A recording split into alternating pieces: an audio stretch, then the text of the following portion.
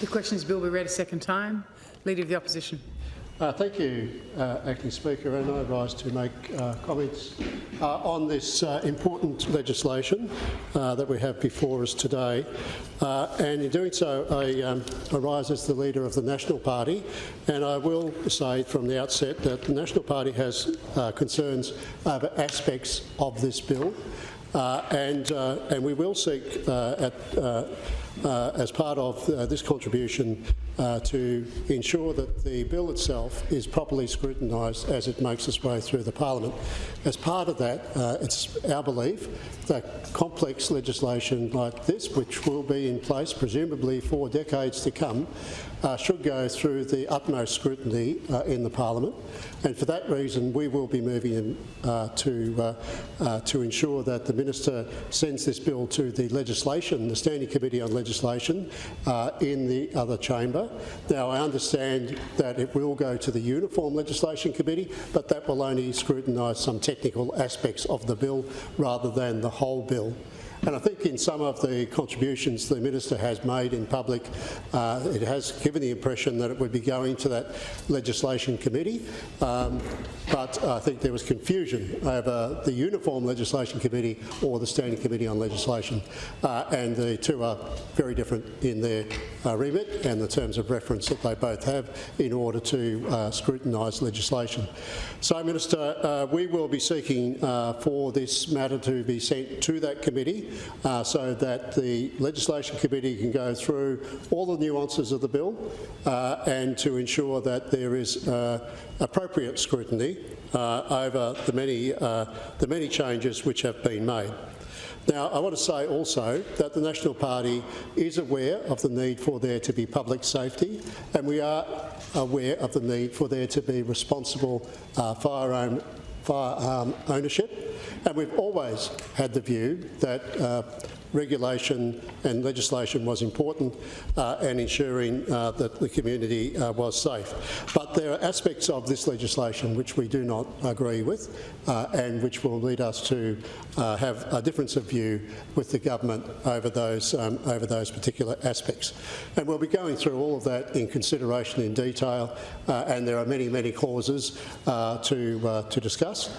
And in each one of those, there will be matters where we will be voicing our opposition on certain clauses, and it will be our intention of ensuring that there will be amendments put forward in the Legislative Council so that they can be further discussed and debated in that chamber when the legislation does arrive up there. Now, some of the aspects that concern us around this legislation are that, importantly, it does rely in part on the results of the Law Reform Commission's review of the firearm legislation, which was carried out at the behest of the former Liberal National Government. In fact, members of the National Party, backbench members at that stage, were agitating to have that review conducted, because we knew that the regulations and the legislation at the time were clunky, they were outdated, and they were leading to time-consuming and expensive regulatory processes, which certainly did need to be streamlined. So, in order to have that done, we were told at the time by the then Minister for Police that there needed to be a review of the law, because the law at that stage dictated how firearm registration and firearm ownership would be regulated, and it had dictated within there the steps that one must take in order to own and use a firearm. So we're aware of that, and we're aware of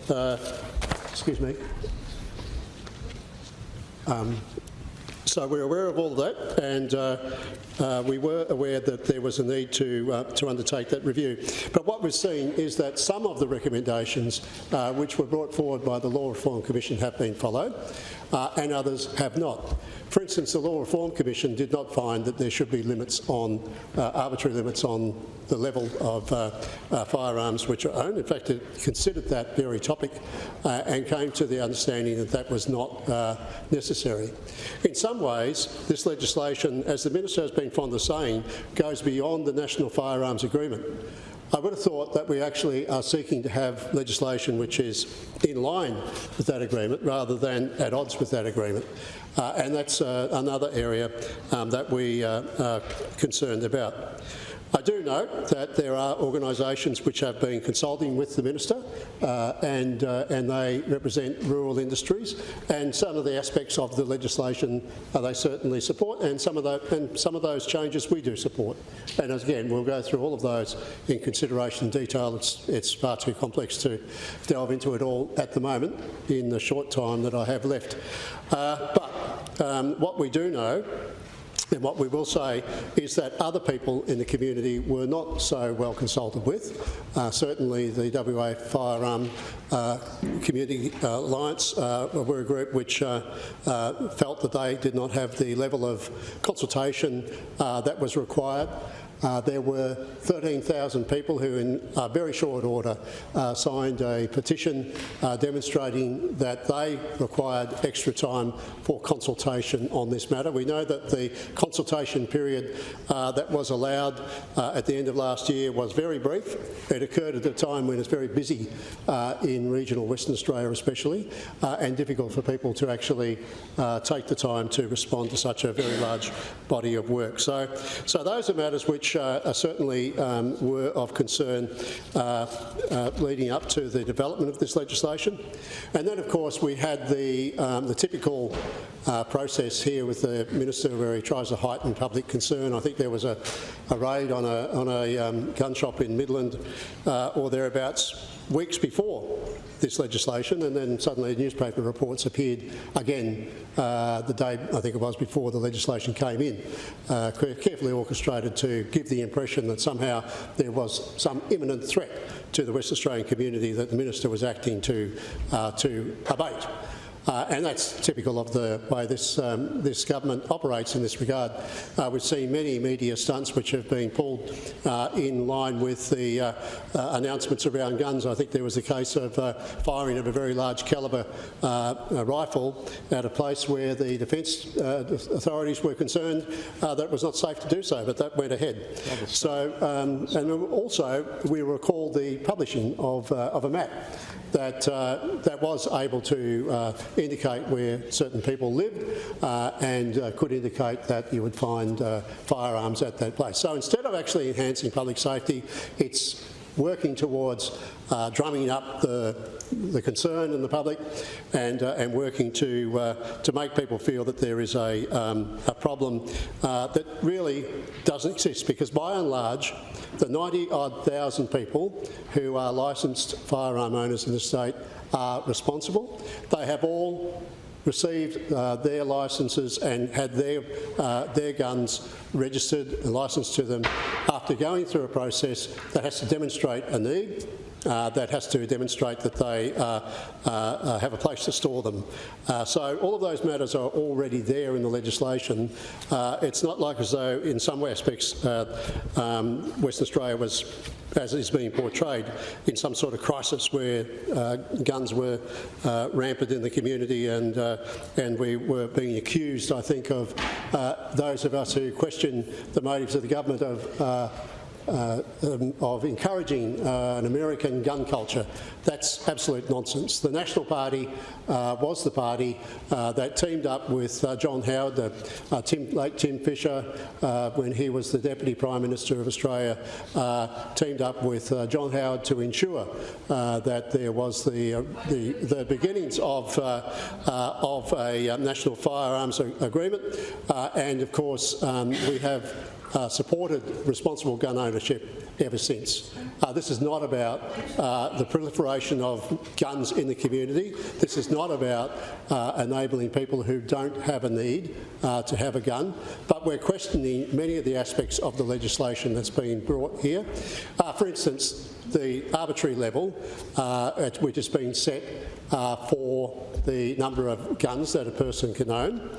The fact that it appears that if you have a gun that you use for a purpose that you can't use it for another purpose. Now, the Minister may disagree, but it seemed to be quite clear from briefings that if I, for instance, wanted to shoot targets or clay pigeons at a shooting club with a shotgun, I wouldn't be able to shoot rabbits on the farm with the same gun. Now, that would seem to be contrary to the idea of having less guns, because I have to buy a competition shotgun and a shoot the rabbits at home shotgun, which that seems to be counterintuitive, and one of those aspects of this bill which we do have some concern with. Another one in regional areas which is very concerning, I think, for smaller communities is the standards around the dealerships and the fact that dealerships are expected to have the majority of their income being received, as I understand it, from their trade in firearms and ammunition, etc. But we know that there are many businesses in regional Western Australia which are very mixed in which activities they carry out. They may have a rural supply shop which puts through millions of dollars of chemicals and products for the rural community, and has a few $1,000s a year in trade in firearms and ammunition, but they still perform a very important service for that regional area. Now, we have within the legislation a minimum standard of trade which must be exhibited. We don't know what that standard is because that's not been made known, but I know from discussions with smaller dealers, genuine dealers, not people who are trying to have their own guns because they claim to be dealers. These are people who are providing a service in smaller communities who are concerned that they will lose the ability to carry out their trade under this legislation. And again, because there isn't, the standards are not known as to what level of trade is required, their concerns are, I think, entirely legitimate. So they provide a very important service in their local area because they are the people who will check a firearm to ensure it's serviceable and provide that assurance. They are the people who ensure that the local community can access the ammunition they need to control pests, etc. in the area. They are the people who also provide a service if someone is in a situation where they might be leaving to go overseas or go away somewhere. They regularly bring their guns and put them in storage in the facilities that are provided, and that's a public good. And you know, I'm very concerned, Minister, for those businesses, and I've been contacted by a number of dealers across the state, smaller country areas, who are concerned about what that will mean. And as you would know, that for regional people, it's often quite difficult to access the services that people in city areas can take for granted. And if you take away that ability and that service, then there is an issue for that community. Which brings me to the point of the medical checks, which will be required, the medical checks for physical and mental health. Now, when this was first proposed, it was a mental health check, but now it's a health check, but it's physical and mental health. So I'm not sure, really, around what that difference actually will bring.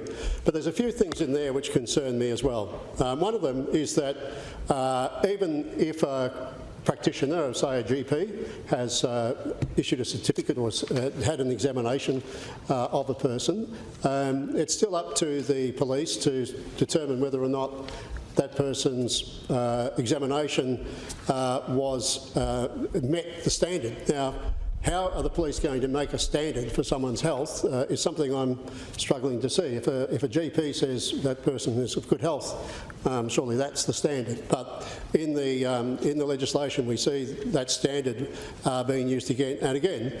No idea what that would actually mean in practice. But when we first voiced this, we spoke of the problem was that access to health services are very limited in many areas of the state. you have 90-odd thousand people who presumably will need to go through a health check under the legislation, and already in communities I represent, it's not that uncommon to have a 3 or 4 week wait to see a GP. And if we're actually throwing more strain on our health services, which we know are under enormous stress, we've seen the situation here in Western Australia under this government where the health system is being put under such stress, but in regional areas that's particularly acute.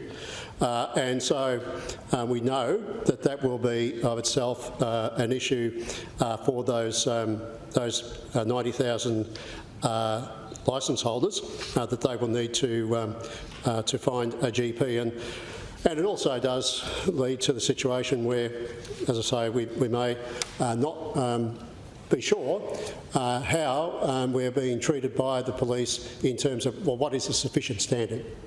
What's a sufficient standard? Because that's in the legislation, but it's not known what that means in relation to the health of an individual. I think, in general terms, one of the things which certainly firearm owners have been saying to me that they would have liked to see more emphasis on is making sure that a person is the fit and proper person to hold the licence, and that giving you the licence to hold firearms of a category, and then having the ability more or less to sell out of say a rifle of a particular category, particular calibre that might be coming worn, to be able to sell that and buy a new model of an equivalent standard, and to do that easily. But that's not really been catered for in this legislation. So the consequence of that is that people may well hang on to guns which are getting a bit old. They may be less safe because of the complications of having to go through and buy a new gun to do the same task. So there's no difference in the fitness of the person, there's no difference in the number of guns. They trade an old gun in for a new gun. There's no difference in the type of gun. And can I have an extension? Extension granted. Thank you. And so what we see then is that we have a situation where perhaps it may be that less safe guns are in existence than would be already known. Now, another area where we're in the dark is over the storage requirements. Now, I understood that we were going to be given some information around what would be the storage requirements under the new legislation, but that hasn't actually arrived. So we're none the wiser over what storage requirements there will be under the new bill. We know that these things are in regulation, but I was under the understanding that we'd be given indications as to whether everybody that has a gun safe with, say, 2 or 3 rifles in it has to go and buy a new one, and what the standard would be, because that is of material interest to people across the state. Even the cheapest gun safe is an investment of hundreds of dollars, and as we know, people are already facing a cost of living crisis in Western Australia as they negotiate the inflation and the cost of living rising all the time. And here is another impost which potentially could be put on an individual, even though they've had a cabinet which met the requirements when they first acquired the firearm. So that's something which we would have liked to have seen. I know there was discussions in the briefings around, I think it was a safe from one of the particular hardware stores that someone said they could get into in a few minutes. I don't know. But if the Minister could actually let us know in consideration if he has some guidelines or some further information that he could give, then that would be, I think, that would be really very helpful to us as we negotiate through this legislation. Another one is around the suitability of a property for a particular for a particular activity, hunting of particular calibres, etc. So again, no explanation as to how that will actually be judged, or none that's been provided to the opposition at least, or to the members of the firearm community that I've spoken to. So there doesn't seem to be an understanding around that. And another matter which concerns people is the minimum activity requirement. Now, we spoke before about the trade, the dealers, that have to have minimum amounts, which is unknown. But there's also a minimum activity requirement on a particular licence holder, which I presume could only be policed by having an understanding of a couple of things. First of all, some sort of a identification of when they actually use the gun, which the Minister may be able to explain how that's intended to happen. Or perhaps it's simply by recording how much ammunition is used by the person, but of course there are other ways that people can reload, etc. It might be more difficult to actually ascertain than is thought. So that's an interesting new facet to the legislation, which I think does raise some issues, and it may be that a person has a change of occupation for a short while and no longer is in the daily need of using a firearm. And I'm sure there are many farmer politicians who over the years have had a firearm or two which they've used far more often when they were daily on the farm than when they've been in politics. So not mentioning any people here. But certainly that does change the use. But down the track, the use is still there, the need is still there, the pest is still on the property, and one day that person may be back on the property. So to understand exactly what all of that was about was a concern that we've held.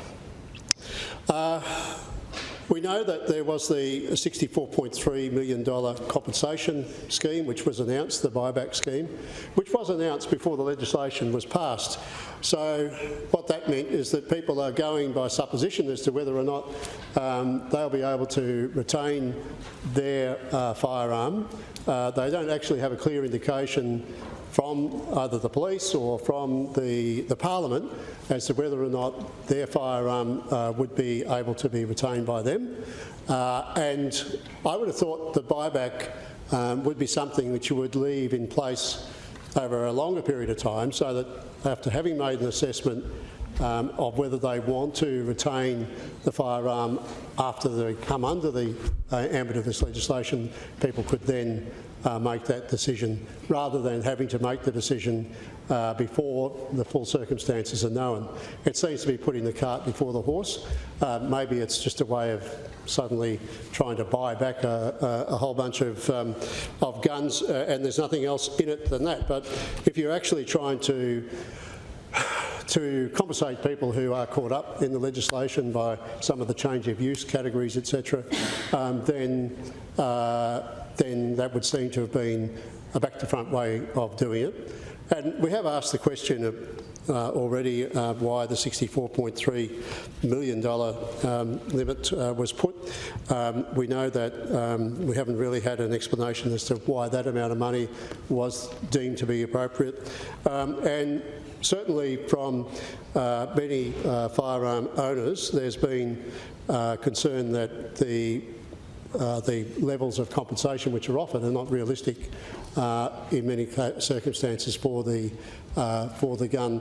And who knows, under this new legislation it might be more difficult for people to sell the gun on the open market. There might be less demand and it might leave them out of pocket as a result of the changes. So the way the buyback was initiated is something which is puzzling.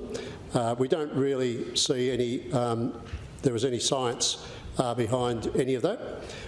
And just as there's no science, I think, behind some of the figures around the arbitrary numbers of guns that people can have.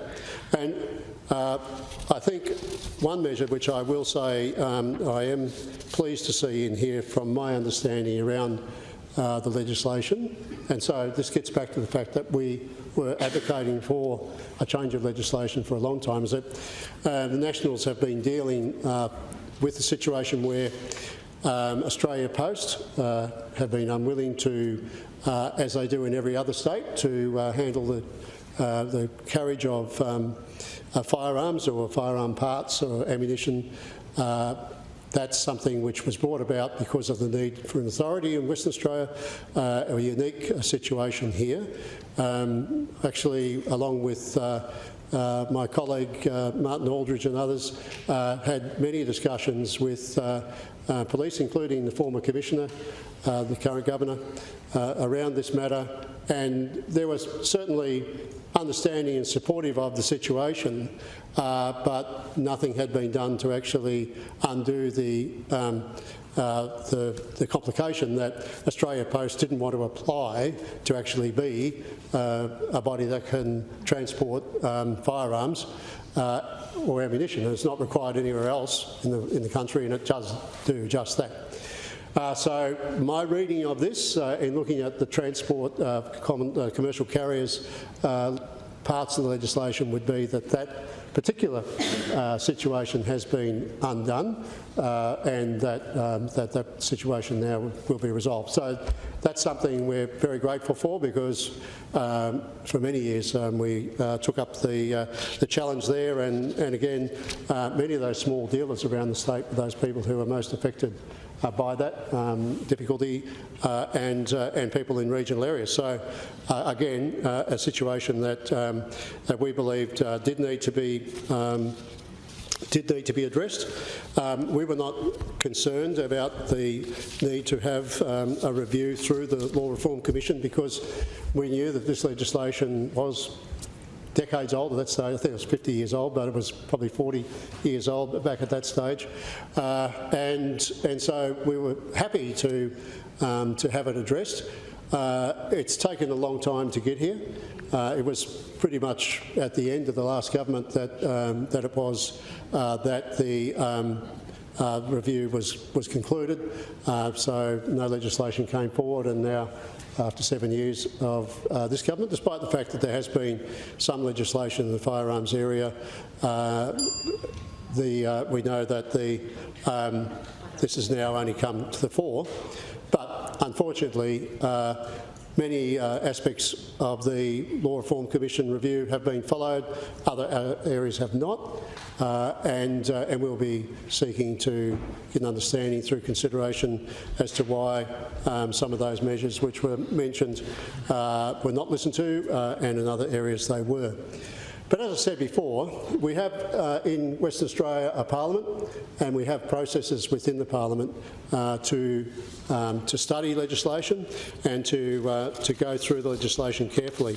And I think members on the other side must remember the situation that occurred in 2023 when a piece of legislation was pushed through the parliament, and it was very clear that it had not been properly consulted, that it had not been through all the processes that it should have been. In fact, this is Aboriginal cultural heritage legislation. The failure of the government to actually properly allow scrutiny of that led in the end to the failure of the legislation. Legislation that was supposed to be preceded by a Green Bill was in fact rushed to this place within 24 hours, I think, if I recall, of it being made known to us, and then pushed through the other place, and then pushed on the community in an unseemly haste and in a way that's caused uproar. Now, this has echoes of that.